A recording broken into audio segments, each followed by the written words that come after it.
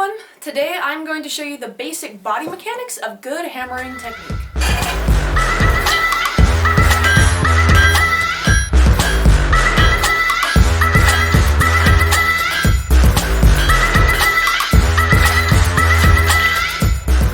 Good hammering technique is important to help prevent repetitive motion injuries such as carpal tunnel syndrome. Injuries related to wrist, elbow, and shoulders are actually a bigger danger in the smithy than burns or accidental injury. The first thing we're going to look at is your stance. Not a lot to this. Stand up straight, feet shoulder width apart, bend your knees slightly. So now we'll look at your shoulder and elbow. Your shoulder is going to lift your arm.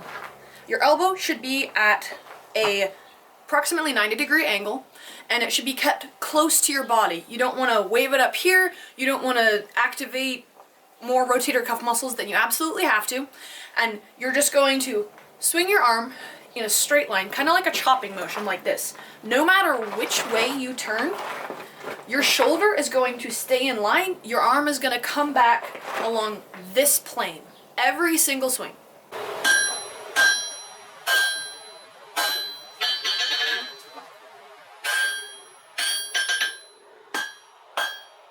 So now that we have good posture, we have our arm in a line of motion, we have our stance, so we're solid, we're going to look at our wrist. So this is one of the main places that people can get injured, and there's a very simple mechanism that we're going to look at.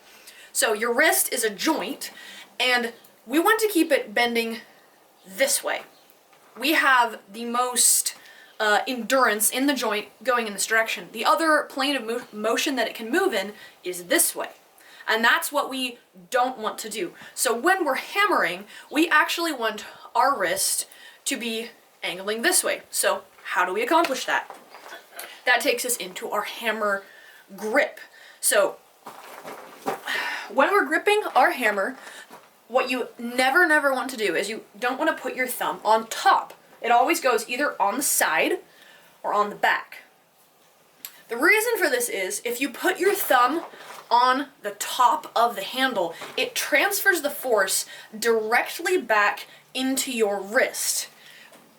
And it's one of the fastest ways that you'll get injured. So, pinch grip with these three fingers, close the rest of your fingers over it, and then as you're hammering, these three fingers are your control on the hammer.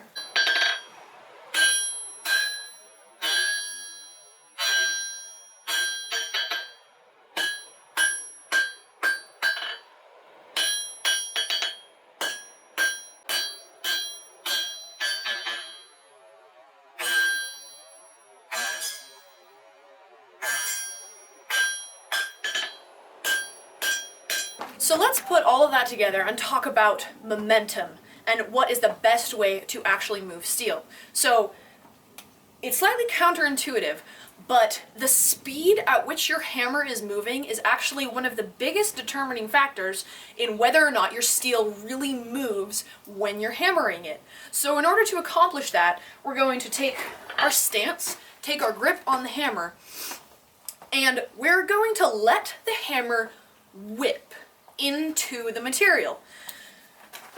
So in order to accomplish that, what we're going to do is we're going to let our hand be as loose as possible, our shoulder as loose as possible, and our elbow just holds this angle.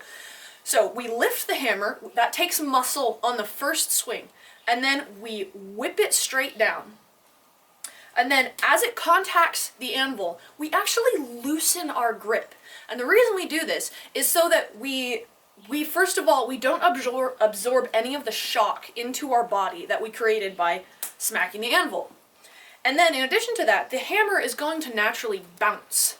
We want to take that bounce, and instead of forcing it and muscling it down onto the anvil, we want to follow the bounce back up, lift the hammer, and whip it straight back down. In a motion, kind of like that.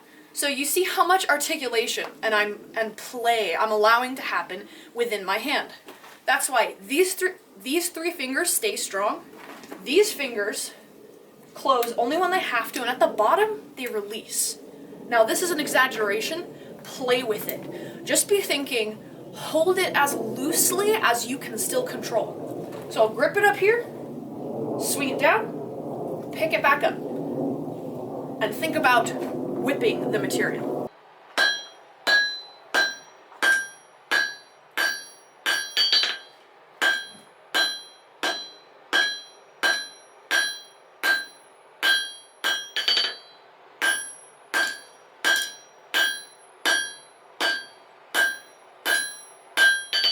So to practice your hammering technique, take a piece of wood or a piece of rolled up cardboard like I have here, take your stance, and just practice allowing the hammer to rebound. Overlap each hit, practice drawing it through with this hand. If you're using this hand with tongs, what you're gonna do is you might have to change the angle. Always move your tong hand away from you more than you move your hammer hand away from you. You don't want to reach around and try and hammer like this. It doesn't make sense. Use your tongs to get your piece at the angle that you need so that you can maintain good hammering form no matter what you're working on.